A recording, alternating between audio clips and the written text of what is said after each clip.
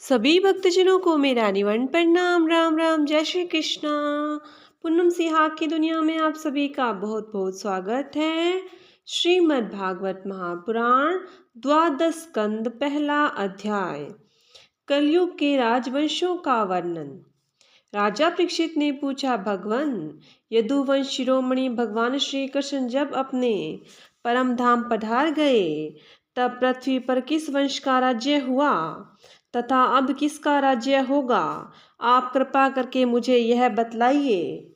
श्री सुखदेव जी ने कहा, प्रिय परीक्षित, मैंने तुम्हें 9वें स्कंद में यह बात बतलाई थी कि जरासंध के पिता बृहद्रथ के वंश में अंतिम राजा होगा पुरंजय अथवा रिपुंजय। अपने मंत्रियों का नाम होगा उसके मंत्रियों का नाम होगा शुनक। वह अपने स्वामी को मार डालेगा और अपने पुत्र प्रद्योत को राज सिंहासन पर अभिषिक्त करेगा। प्रद्योत का पुत्र होगा पालक, पालक का विशाखयूप, विशाखयूप का राजक और राजक का पुत्र होगा नंदीवर्धन। प्रद्योत वंश में यही 5 नरपति होंगे। इनकी संज्ञा होगी प्रद्योतन। ये 148 वर्ष तक पृथ्वी का उपभोग करेंगे। इसके पश्चात शिशुनाग नाम का राजा होगा। शिशुनाग का काक वर्ण, उसका क्षेमधर्मा और क्षेमधर्मा का पुत्र होगा क्षेत्रज्ञ। क्षेत्रज्ञ का विदिशार, उसका अजातशत्रु, फिर दर्भक और दर्भक का पुत्र अजय होगा। अजय से नंदीवर्धन और उससे महानंदी का जन्म होगा। शिशुनाग वंश में ये 10 राजा होंगे।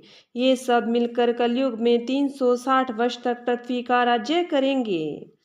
प्रिय परीक्षित, महानंदी की शूद्रा पत्नी के गर्भ से नंद नाम का पुत्र होगा।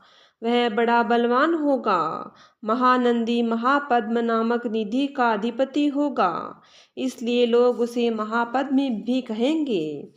वह क्षत्रिय राजाओं का विनाश का कारण बनेगा। तभी से राजा लोग प्राय शूद्र और अधार्मिक हो जाएंगे। महापद्म पृथ्वी का एक छत्र शासक होगा। उसके शासन का उल्लंघन कोई भी न कर सकेगा। क्षत्रियों के विनाश में हेतु होने की दृष्टि से तो उसे दूसरा परशुराम ही समझना चाहिए। उसके सुमाल्य आदि 8 पुत्र होंगे। वे सभी राजा होंगे और 100 वर्ष तक इस पृथ्वी का उपभोग करेंगे। कौटिल्य, वात्सायन तथा चाणक्य के नाम से प्रसिद्ध एक ब्राह्मण विश्वविख्यात नंद और उनके सुमाल्य आदि 8 पुत्रों का नाश कर डालेगा। उनका नाश हो जाने पर कलयुग में मौर्यवंशी नरपति पृथ्वी का राज्य करेंगे। वही ब्राह्मण पहल चंद्रगुप्त मौर्य को राजा के पद पर अभिषिक्त करेगा।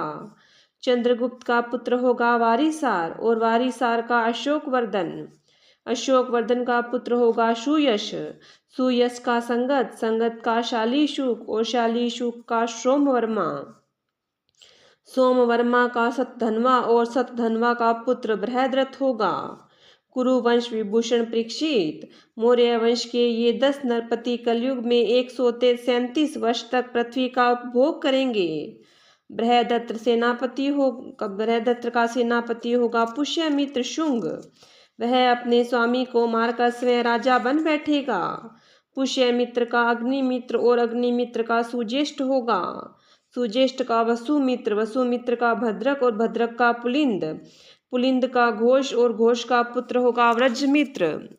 वज्रमित्र का भागवत और भागवत का पुत्र होगा देवभूति। शुग वंश के ये 10 नरपति 112 वर्ष तक पृथ्वी का पालन करेंगे। परीक्षित, शुंग वंशी नरपतियों का राज्यकाल समाप्त होने पर यह पृथ्वी कण्व वंशी नरपतियों के हाथ में चली जाएगी। कण्व वंशी नरपति अपने पूर्ववर्ती राजाओं की अपेक्षा कम गुण वाले होंगे। शुंग वंश का अंतिम नरपति देवभूति बड़ा ही लंपट होगा। उसे उसका मंत्री कण्व वंशी वसुदेव मार डालेगा और अपने बुद्धि बल से स्वयं राज्य करेगा। वसुदेव का पुत्र होगा भूमित्र, भूमित्र का नारायण और नारायण का सुशर्मा। सुशर्मा बड़ा यशस्वी होगा। कण्व वंश के ये 4 नरपति कार्णवायन कहलाएंगे और कलयुग में 345 वर्ष तक पृथ्वी का उपभोग करेंगे। प्रिय परीक्षित, कर्णवंशी सुशर्मा का एक शूद्र सेवक होगा बलि। वह आंध्र जाति का एक बड़ा दुष्ट होगा। वह सुशर्मा को मारकर कुछ समय तक पृथ्वी का राज्य करेगा। इसके बाद उसका भाई कृष्ण राजा होगा। कृष्ण का पुत्र श्री शांतकर्ण और उनका पौर्णमास होगा। पौर्णमास का लंबोदर और लंबोदर का पुत्र चिम्बिलक होगा। चिम्बिलक का मेघ स्वाति का अटमान, अटमान का निष्ठकर्मा, निष्ठकर्मा का हालेय, हालेय का तलक, तलक का पुरुष भीरु और पुरुष भीरु का पुत्र होगा राजा सुनंदन। परीक्षित, सुनंदन का पुत्र होगा चकोर, चकोर के 8 पुत्र होंगे जो सभी बहु कहलाएंगे। इनमें सबसे छोटे का नाम होगा शिव स्वाति। वह बड़ा वीर होगा और शत्रुओं का दमन करेगा। शिव स्वाति का गोमती पुत्र और उसका पुत्र होगा पुरीमान। पुरीमान का मेदशिरा, मेदशिरा का शिवस्कंद, शिवस्कंद का यज्ञश्री, यज्ञश्री का विजय और विजय के 2 पुत्र होंगे चंद्रविज्ञ और लोमधी। परीक्षित, ये 30 राजा 456 वर्ष तक पृथ्वी का राज्य भोगेंगे। परीक्षित, इसके पश्चात अभृति नगरी के 7 अभीर, 10 गंधर्वी और 16 कंक पृथ्वी का राज्य करेंगे। ये सब के सब बड़े लोभी होंगे। इनके बाद 8 यवन और 14 तुरक राज्य करेंगे। इसके बाद 10 गरुड़, गरुड़ और 11 मोन नरपति होंगे। मोनों के अतिरिक्त ये सब 1099 वर्ष तक पृथ्वी का उपभोग करेंगे और 11 मोन नरपति 300 वर्ष तक पृथ्वी का शासन करेंगे। जब उनका राज्य काल समाप्त हो जाएगा तब किली किला नामक नाम की नगरी में भूतनंद नाम का राजा होगा। भूतनंद का वांगिरी, वांगिरी का भाई शिशुनंदी और यशोनंदी और प्रवीरक ये 106 वर्ष तक राज्य करेंगे। इनके 13 पुत्र होंगे और वे सब के सब बहिलक कहलाएंगे। उनके पश्चात पुष्यमित्र नामक क्षत्रिय और उसके पुत्र दुमित्र का राज्य होगा।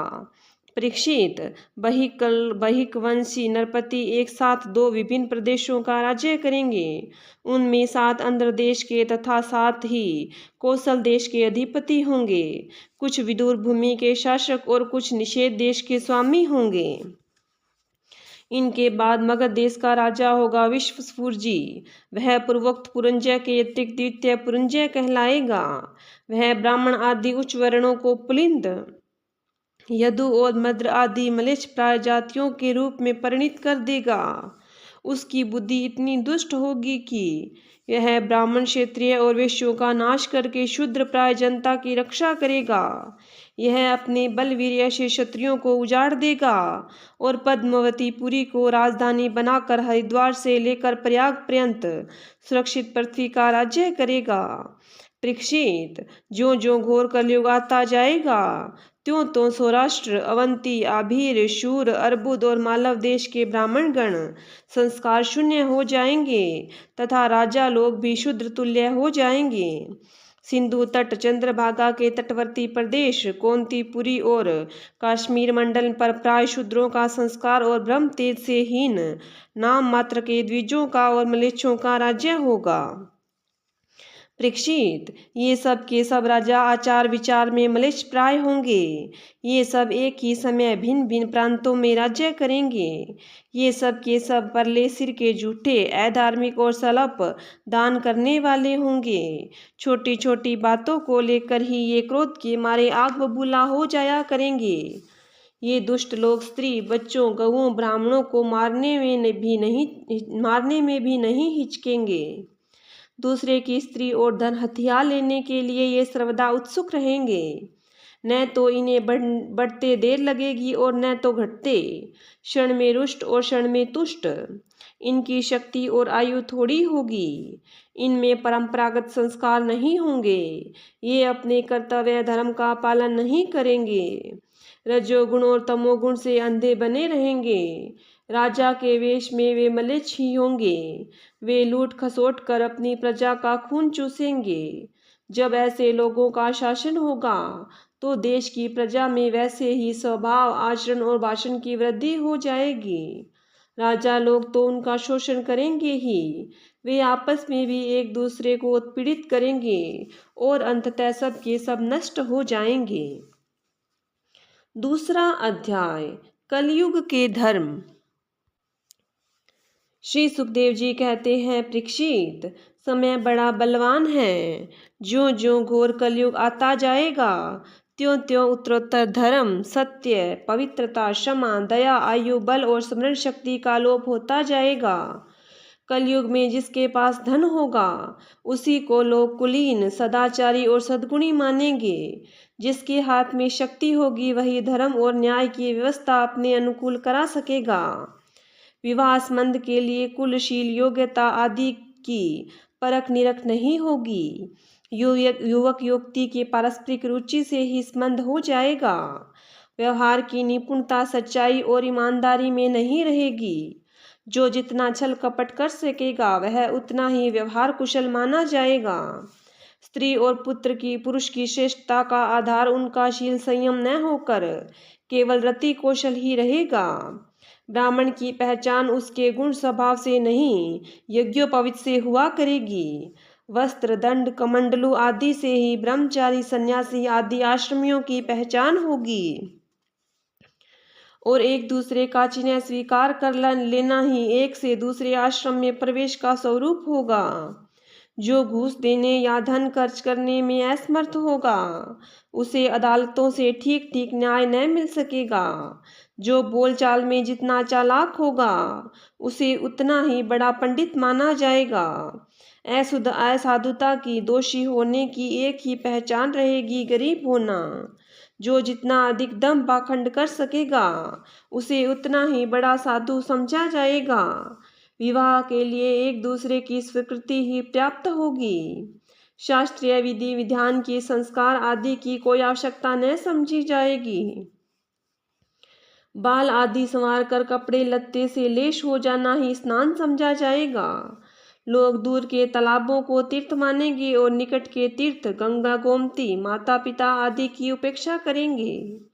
सिर पर बड़े बड़े बाल, काकुल रखना ही शारीरिक सौंदर्य का चिन्ह समझा जाएगा। और जीवन का सबसे बड़ा पुरुषार्थ होगा अपना पेट भर लेना। जो जितनी रिठाई से बात कर सकेगा, उसे उतना ही सच्चा समझा जाएगा।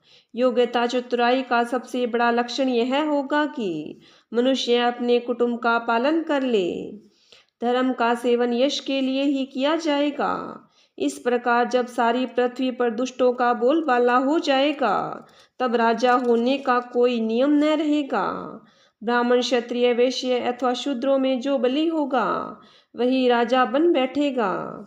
उस समय के नीच राजा अत्यंत निर्दय और क्रूर होंगे। लोभी तो इतने होंगे कि उनमें और लुटेरों में कोई अंतर न किया जा सकेगा। वे प्रजा की पूंजी एवं पत्नियों तक को छीन लेंगे। उनसे डरकर प्रजा पहाड़ों और जंगलों में भाग जाएगी। उस समय प्रजा तरह तरह के शाक, कंद मूल, मांस, मधु, फल फूल और बीज गुठली आदि खा खा कर अपना पेट भरेंगी। कभी वर्षा न होगी, सूखा पड़ जाएगा, तो कभी कर पर कर लगाए जाएंगे। कभी कड़ाके की सर्दी पड़ेगी, तो कभी पाला पड़ेगा। कभी आंधी चलेगी, कभी गर्मी पड़ेगी, तो कभी बाढ़ आ जाएगी। इन उत्पातों से तथा आपस के संघर्ष से प्रजा अत्यंत पीड़ित होगी, नष्ट हो जाएगी। लोग भूख प्यास तथा नाना प्रकार की चिंताओं से दुखी रहेंगे। रोगों से तो उन्हें छुटकारा ही न मिलेगा। कलयुग में मनुष्यों की परम आयु केवल 20 या 30 वर्ष की होगी। परीक्षित, कलिकाल के दोष से प्राणियों के शरीर छोटे छोटे, क्षीण और रोगग्रस्त होने लगेंगे। वर्ण और आश्रमों का धर्म बतलाने वाला वेद मार्ग नष्ट प्राय हो जाएगा। धर्म में पाखंड की प्रधानता हो जाएगी। राजे महाराजे डाकू लुटेरों के समान हो जाएंगे।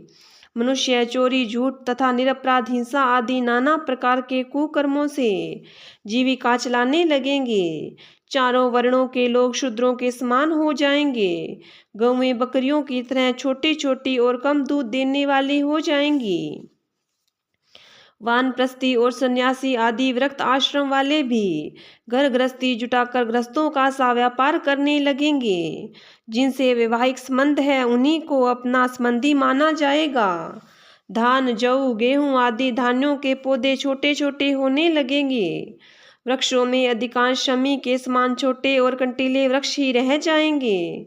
बादलों में बिजली तो बहुत चमकेगी, परंतु वर्षा कम होगी।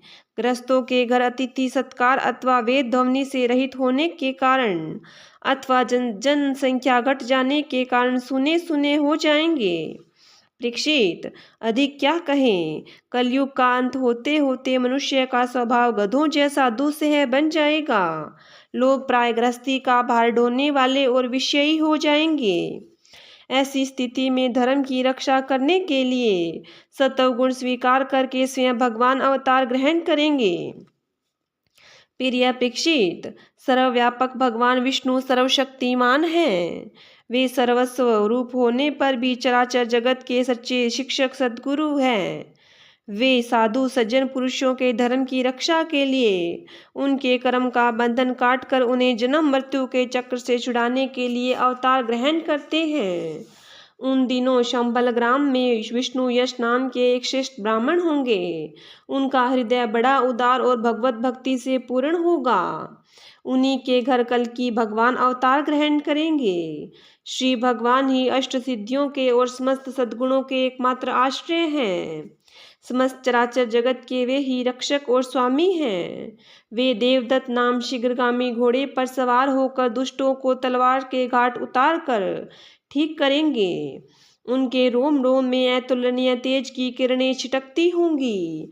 वे अपने शीघ्रगामी घोड़े से पृथ्वी पर सर्वत्र विचरण करेंगे और राजा के वेश में छिपकर रहने वाले कोटि कोटि डाकुओं का संहार करेंगे। प्रिय परीक्षित, जब सब डाकुओं का संहार हो चुकेगा तब नगर की और देश की सारी प्रजा का हृदय पवित्रता से भर जाएगा, क्योंकि भगवान कल्कि के शरीर में लगे हुए अंगराग का स्पर्श पाकर अत्यंत पवित्र हुई वायु उनका स्पर्श करेगी और इस प्रकार वे भगवान के श्री विग्रह के दिव्य ग्रंथ प्राप्त कर सकेंगे। उनके पवित्र हृदयों से सत्व मूर्ति भगवान वासुदेव विराजमान होंगे और फिर उनकी संतान पहले की भांति हृष्ट पुष्ट और बलवान होने लगेगी। प्रजा के नयन मनोहारी हरि ही धर्म के रक्षक और स्वामी हैं। वे ही भगवान जब कल्कि के रूप में अवतार ग्रहण करेंगे उसी समय सत्यायुग का प्रारंभ हो जाएगा और प्रजा की संतान परंपरा स्वयं ही सत्व गुण से युक्त हो जाएगी। जिस समय चंद्रमा सूर्य और बृहस्पति एक ही समय एक ही साथ पुष्य नक्षत्र में प्रथम पल में प्रवेश करते हैं तब एक राशि पर आते हैं उसी समय सत्ययुग का प्रारंभ होता है। परीक्षित, चंद्रवंश और सूर्यवंश में जितने राजा हो गए हैं या होंगे उन सब का मैंने संक्षेप में वर्णन कर दिया। तुम्हारे जन्म से लेकर राजा नंद के अभिषेक तक 1115 वर्ष का समय लगेगा। जिस समय अधिक आकाश में सप्तऋषियों का उदय होगा उस समय पहले उनमें से 2 ही तारे दिखाई पड़ते हैं। उनके बीच में दक्षिणोत्तर रेखा पर समभाग में अश्विनी आदि नक्षत्रों में से एक नक्षत्र दिखाई पड़ता है। उस नक्षत्र के साथ सप्तऋषिगण मनुष्यों की गणना से 100 वर्ष तक रहते हैं। वे तुम्हारे जन्म के समय और इस समय भी मघा नक्षत्र में स्थित है। समय सर्वव्यापक सर्वशक्तिमान भगवान ही शुद्ध सत्वमय विग्रह के साथ श्री कृष्ण के रूप में प्रकट हुए थे। वे जिस समय अपनी लीला स्मरण करके परम धाम को पधार गए उसी समय कलयुग ने संसार में प्रवेश किया। उसी के कारण मनुष्यों की मति गति पाक की ओर ढुलक गई। जब तक लक्ष्मीपति भगवान श्री कृष्ण अपने चरण कमलों से पृथ्वी का स्पर्श करते रहे तब तक कलयुग पृथ्वी पर अपना पैर न जमा सका। परीक्षित, जिस समय सप्तऋषि मघा नक्षत्र पर विचरण करते रहते हैं उसी समय कलयुग का प्रारंभ होता है। कलयुग की आयु देवताओं की वर्ष गणना से 1200 वर्षों की अर्थात मनुष्यों की गणना के अनुसार 4,32,000 वर्ष की है। जिस समय सप्तऋषि मघा में चलकर पूषाढ़ा नक्षत्र में जा चुके होंगे उस समय राजा नंद का राज्य होगा। तभी से कलयुग की वृद्धि शुरू होगी। पुरुष तत्ववेता ऐतिहासिक विद्वानों का कहना है कि जिस दिन भगवान श्री कृष्ण ने अपने परम धाम को प्रयाण किया, उसी दिन उसी समय कलयुग का प्रारंभ हो गया। परीक्षित, जब देवताओं की वर्ष गणना के अनुसार 1000 वर्ष बीत चुकेंगे, तब कलयुग के अंतिम दिनों में फिर से कल्कि भगवान की कृपा से मनुष्यों के मन में सात्विकता का संचार होगा। लोग अपने वास्तविक स्वरूप को जान सकेंगे और तभी से सत्ययुग का प्रारंभ भी होगा। परीक्षित, मैंने तो तुमसे केवल मनुवंश का सो भी संक्षेप में वर्णन किया है। जैसे मनुवंश की गणना होती है, वैसे ही प्रत्येक युग में ब्राह्मण, वैश्य और शूद्रों की भी वंश परंपरा समझनी चाहिए। राजन, जिन पुरुषों और महात्माओं का वर्णन मैंने तुमसे किया है, अब केवल नाम से ही उनकी पहचान होती है। अब वे नहीं हैं, केवल उनकी कथा रह गई है। अब उनकी कीर्ति ही पृथ्वी पर जहाँ तहाँ सुनने को मिलती है। भीष्म पितामह के पिता राजा शंतनु के भाई देवापी और इक्ष्वाकु वंशी मरु इस समय कलाप ग्राम में स्थित है। वे बहुत बड़े योग बल से युक्त हैं। कलयुग के अंत में कल्कि भगवान की आज्ञा से वे फिर यहाँ आएंगे और पहले की भांति ही वर्णाश्रम धर्म का विस्तार करेंगे। सत्ययुग, त्रेता, द्वापर और कलयुग, ये ही चार युग हैं। ये पूर्वोक्त कर्म के अनुसार अपने अपने समय में पृथ्वी के प्राणियों पर अपना प्रभाव दिखाते रहते हैं। परीक्षित, मैंने तुमसे जिन राजाओं का वर्णन किया है, वे सब और उनके अतिरिक्त दूसरे राजा भी इस पृथ्वी को मेरी मेरी करते रहे, परंतु अंत में मरकर धूल में मिल गए। इस शरीर को भले ही कोई राजा कह ले, परंतु अंत में यह कीड़ा विष्टा अथवा राख के रूप में ही परिणित होगा, राख ही होकर रहेगा। इसी शरीर या इसके संबंधियों के लिए जो किसी भी प्राणी को सताता है, वह न तो अपना स्वार्थ जानता है और न तो परमार्थ, क्योंकि प्राणियों को सताना तो नरक का द्वार है। वे लोग यही सोचा करते हैं कि मेरे दादा परदादा इस अखंड भूमंडल का शासन करते थे, अब यह मेरे अधीन किस प्रकार रहे और मेरे बाद मेरे बेटे पोते, मेरे वंशज किस प्रकार इसका उपभोग करें। वे मूर्ख इस आग, पानी और मिट्टी के शरीर को अपना आपा मान बैठते हैं और बड़े अभिमान के साथ डींग हाँकते हैं कि यह पृथ्वी मेरी है। अंत में वे शरीर और पृथ्वी दोनों को छोड़कर स्वयं ही अदृश्य हो जाते हैं। प्रिय परीक्षित, जो नरपति बड़े उत्साह और बल पुरुष से इस पृथ्वी के उपभोग में लगे रहे, उन सबको काल ने अपने विकराल गाल में धर दबाया। अब केवल इतिहास में उनकी कहानी ही शेष रह गई है। तीसरा अध्याय, राज्य, युग, धर्म और कलयुग के दोषों से बचने का उपाय, नाम संकीर्तन।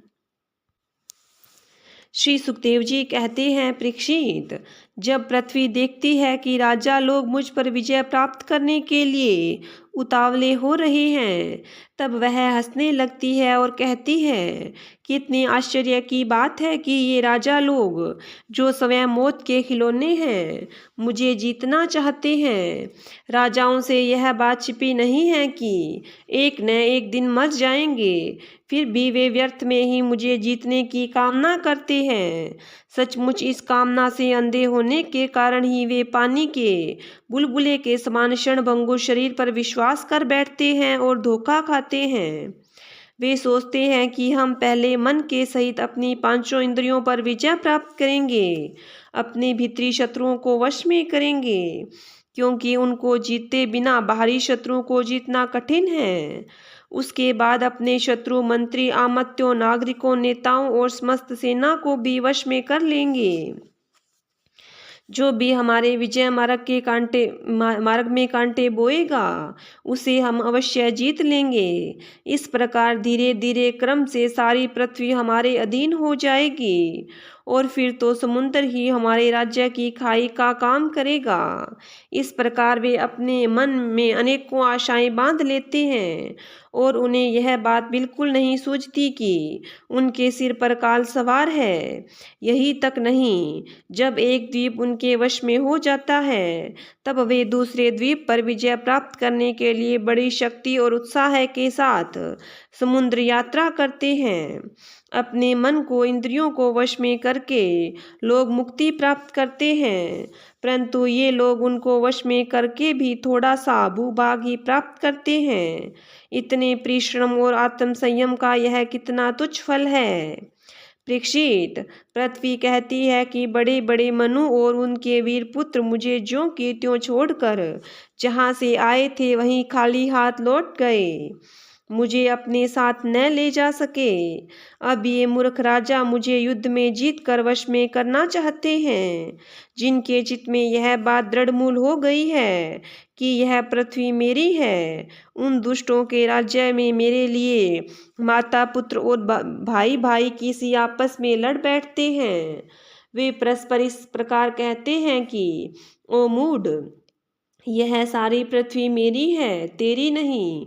इस प्रकार राजा लोग एक दूसरे को कहते सुनते हैं, एक दूसरे से स्पर्धा करते हैं, मेरे लिए एक दूसरे को मारते हैं और समय मर मिटते हैं।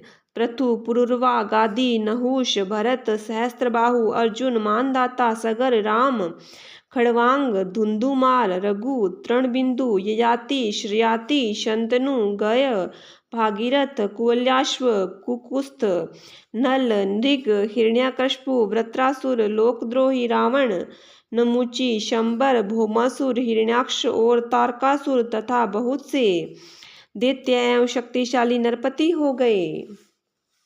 ये सब लोग सब कुछ समझते थे, शूर थे, सभी ने दिग्विजय में दूसरों को हरा दिया, किंतु दूसरे लोग इन्हें न जीत सके, परंतु सब के सब मृत्यु के ग्रास बन गए। राजन, उन्होंने अपने पूरे अंतःकरण से मुझमें ममता की और समझा कि यह पृथ्वी मेरी है, परंतु विकराल काल ने उसकी लालसा पूरी न होने दी।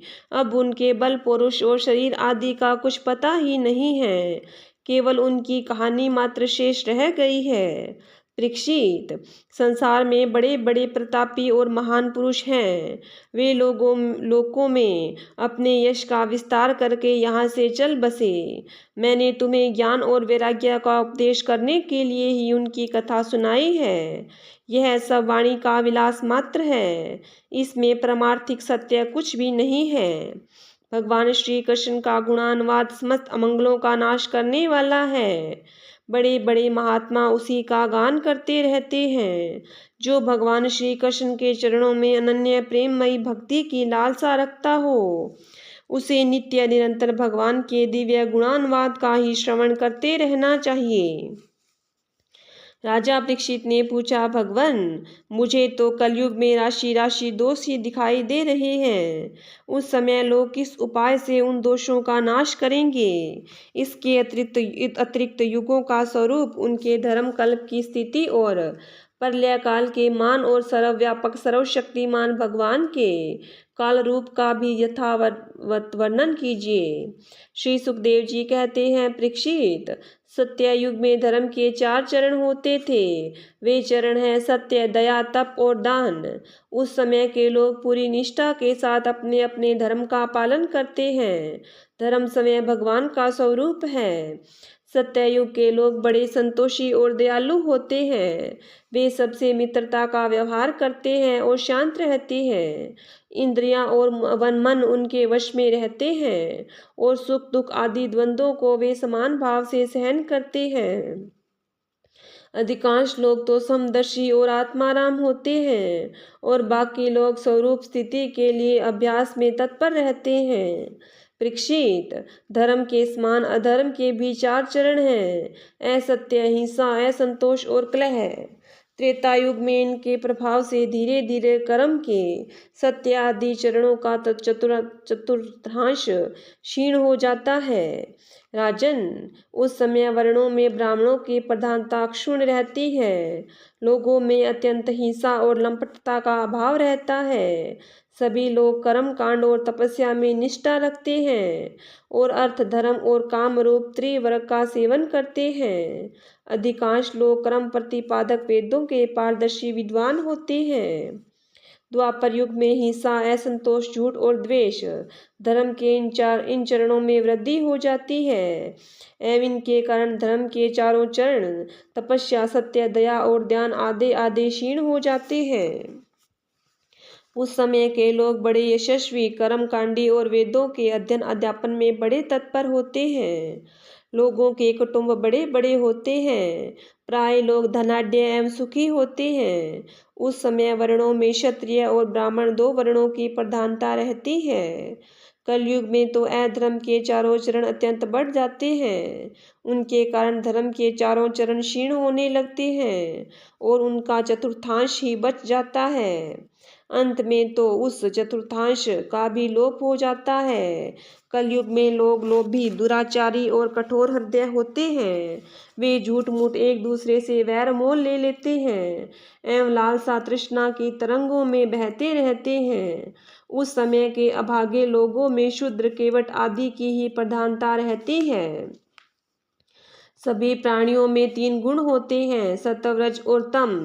काल की प्रेरणा से समय समय पर शरीर, प्राण और मन में उनका हास और विकास भी हुआ करता है। जिस समय मन, बुद्धि और इंद्रियां सत्व गुण में स्थित होकर अपना अपना काम करने लगती है, उस समय सत्ययुग समझना चाहिए। सत्व गुण की प्रधानता के समय मनुष्य ज्ञान और तपस्या से अधिक प्रेम करने लगता है। जिस समय मनुष्यों की प्रवृत्ति और रुचि धर्म, अर्थ और लौकिक पारलौकिक सुख भोगों की ओर होती है तथा शरीर, मन और इंद्रियां रजोगुण में स्थित होकर काम करने लगती है। बुद्धिमान परीक्षित, समझना चाहिए कि उसमें त्रेता युग अपना काम कर रहा है। जिस समय लोभ, असंतोष, अभिमान, दंभ और मत्सर आदि दोषों का बोलबाला हो और मनुष्य बड़े उत्साह और रुचि के साथ सकाम कर्मों में लगना चाहे, उसमें द्वापर युग समझना चाहिए। अवश्य ही रजोगुण और तमोगुण मिश्रित प्रधानता का नाम ही द्वापर युग है। जिस समय झूठ, कपट, तंद्रा, निंद्रा, हिंसा, विषाद, शोक, मोह, भय और दीनता की प्रधानता हो, उसे तमोगुण प्रधान कलयुग समझना चाहिए। जब कलयुग का राज्य होता है तब लोगों की दृष्टि क्षुद्र हो जाती है। अधिकांश लोग होते तो हैं अत्यंत निर्धन, परंतु खाते हैं बहुत अधिक। उनका भाग्य तो होता है बहुत ही मंद और चित्त में कामनाएं होती है बहुत बड़ी बड़ी। स्त्रियों में दुष्टता और उल्टापन की वृद्धि हो जाती है। सारे देश में गांव गांव में लुटेरों की प्रधानता एवं प्रचुरता हो जाती है। पाखंडी लोग अपने नए नए मत चलाकर मनमाने ढंग से वेदों का तात्पर्य निकालने लगते हैं और इस प्रकार उन्हें कलंकित करते हैं। राजा कहलाने वाले लोग प्रजा की सारी कमाई हड़प कर उन्हें चूसने लगते हैं। ब्राह्मण नामधारी जीव पेट भरने और जन्नेंद्रियों को तृप्त करने में लग जाते हैं। ब्रह्मचारी लोग ब्रह्मचर्य व्रत से रहित और अपवित्र रहने लगते हैं। गृहस्थ दूसरों को भिक्षा देने के बदले समय भीख मांगने लगते हैं। वानप्रस्थी गांव में बसने लगते हैं और सन्यासी धर्म के अत्यंत लोभी अर्थ पिशाच हो जाते हैं। स्त्रियों का आकार तो छोटा हो जाता है पर भूख बढ़ जाती है। उन्हें संतान बहुत अधिक होती है और वे अपनी कुल की मर्यादा का उल्लंघन करके लाज, हया जो उनका भूषण है छोड़ बैठती है। वे सदा सर्वदा कड़वी बात कहने लगती है और चोरी तथा कपट में बड़ी निपुण हो जाती है। उनमें साहस भी बहुत बढ़ जाता है। व्यापारियों के हृदय अत्यंत क्षुद्र हो जाते हैं।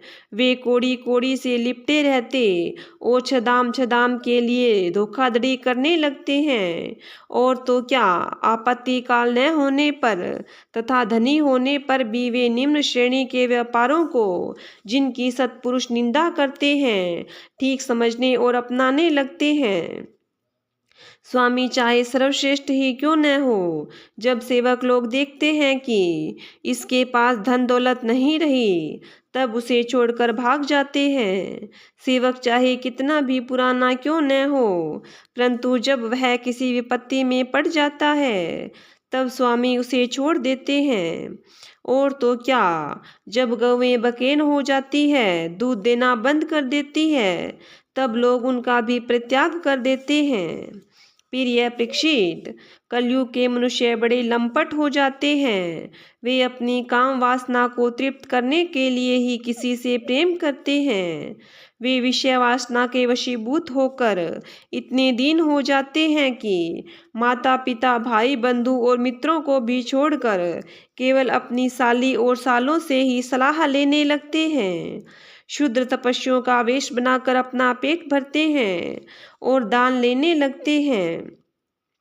जिन्हें धर्म का रति भर भी ज्ञान नहीं है, वे ऊंचे सिंहासन पर विराजमान होकर धर्म का उपदेश करने लगते हैं। प्रिय परीक्षित, कलयुग की प्रजा सूखा पड़ने के कारण अत्यंत भयभीत और आतुर हो जाती है। एक तो दुर्भिक्ष और दूसरे शासकों की कर वृद्धि। प्रजा के शरीर में केवल अस्थि पंजर और मन में केवल उद्वेग शेष रह जाता है। प्राण रक्षा के लिए रोटी का टुकड़ा मिलना भी कठिन हो जाता है। कलयुग में प्रजा शरीर ढकने के लिए वस्त्र और पेट की ज्वाला शांत करने के लिए रोटी, पीने के लिए पानी और सोने के लिए 2 हाथ जमीन से भी वंचित हो जाती है। उसे दाम्पत्य जीवन, स्नान और आभूषण पहनने तक की सुविधा नहीं रहती। लोगों की आकृति, प्रकृति और चेष्टाएं पिशाचों की सी हो जाती है। कलयुग में लोग अधिक धन की तो बात ही क्या, कुछ कौड़ियों के लिए आपस में वैर विरोध करने लगते हैं और बहुत दिनों के सद्भाव तथा मित्रता को तिलांजलि दे देते हैं। इतना ही नहीं, वे दमड़ी दमड़ी के लिए अपने अपने सगे संबंधियों की हत्या कर बैठते हैं और अपने प्रिय प्राणों से हाथ धो बैठते हैं। परीक्षित, कलयुग के क्षुद्र प्राणी केवल काम वासना की पूर्ति और पेट भरने की धुन में ही लगे रहते हैं। पुत्र अपने बूढ़े माँ बाप की भी रक्षा पालन पोषण नहीं करते, उनकी उपेक्षा कर देते हैं और पिता अपने निपुण से निपुण सब कामों के योग्य पुत्रों की भी परवाह नहीं करते, उन्हें अलग कर देते हैं। परीक्षित, श्री भगवान ही चराचर जगत के परम पिता और परम गुरु हैं। इंद्र, ब्रह्मा आदि त्रिलोकाधिपति उनके चरण कमलों में अपना सिर झुकाकर सर्वस्व समर्पण करते रहते हैं। उनका ऐश्वर्य अनंत है और वे एक रस अपने स्वरूप में स्थित है। परंतु कलयुग में लोगों की इतनी मूढ़ता फैल जाती है, पाखंडियों के कारण लोगों का चित्त इतना भटक जाता है कि प्राय लोग अपने कर्म और भावनाओं के द्वारा भगवान की पूजा से विमुख हो जाते हैं। मनुष्य मरने के समय आतुरता की स्थिति में अथवा गिरते या फिसलते समय विवश होकर भी यदि भगवान के किसी एक नाम का उच्चारण कर ले, तो उसके सारे कर्म बंधन छिन्न भिन्न हो जाते हैं और उसे उत्तम से उत्तम गति प्राप्त होती है। परंतु हाय रे कलयुग, कलयुग से प्रभावित होकर लोग उन भगवान की आराधना से भी विमुख हो जाते हैं। परीक्षित, कलयुग में अनेकों दोष है। कुल वस्तुएं दूषित हो जाती हैं, स्थानों में भी दोष की प्रधानता हो जाती है। सब दोषों का मूल स्रोत तो अंतःकरण है ही, परंतु जब पुरुषोत्तम भगवान हृदय में आ विराजते हैं, तब उनकी सन्निधि मात्र से ही सब के सब दोष नष्ट हो जाते हैं। भगवान के रूप, गुण, लीला, धाम और नाम का श्रवण, संकीर्तन, ध्यान, पूजन और आदर से वे मनुष्य के हृदय में आकर विराजमान हो जाते हैं और 1-2 जन्मों के पापों की तो बात ही क्या, हजारों जन्मों के पाप के ढेर भी क्षण भर में भस्म कर देते हैं। जैसे सोने के साथ संयुक्त होकर अग्नि उसके धातु संबंधी मलिनता आदि दोषों को नष्ट कर देती है, वैसे ही साधकों के हृदय में स्थित होकर भगवान विष्णु उनके अशुभ संस्कारों को सदा के लिए मिटा देते हैं। परीक्षित, विद्या, तपस्या, प्राणायाम, समस्त प्राणियों के प्रति मित्र भाव, तीर्थ स्थान, व्रत, दान और जप आदि किसी भी साधन से मनुष्य के अंतःकरण की वैसी वास्तविक शुद्धि नहीं होती जैसी शुद्धि भगवान पुरुषोत्तम के हृदय में विराजमान होने पर होती है। परीक्षित, अब तुम्हारी मृत्यु का समय निकट आ गया है। अब सावधान हो जाओ।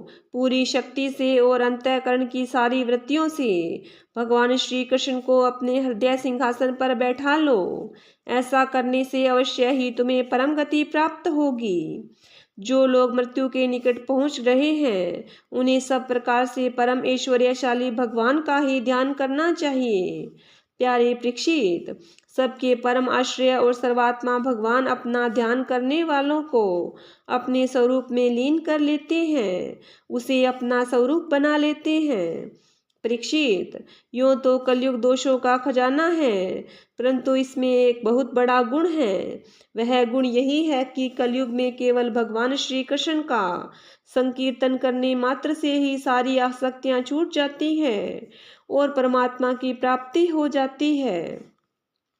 सत्ययुग में भगवान का ध्यान करने से, त्रेता युग में बड़े बड़े यज्ञों के द्वारा उनकी आराधना करने से और द्वापर युग में विधि पूर्वक उनकी पूजा सेवा करने से जो फल मिलता है वह कलयुग में केवल भगवत नाम का कीर्तन करने से ही प्राप्त हो जाता है।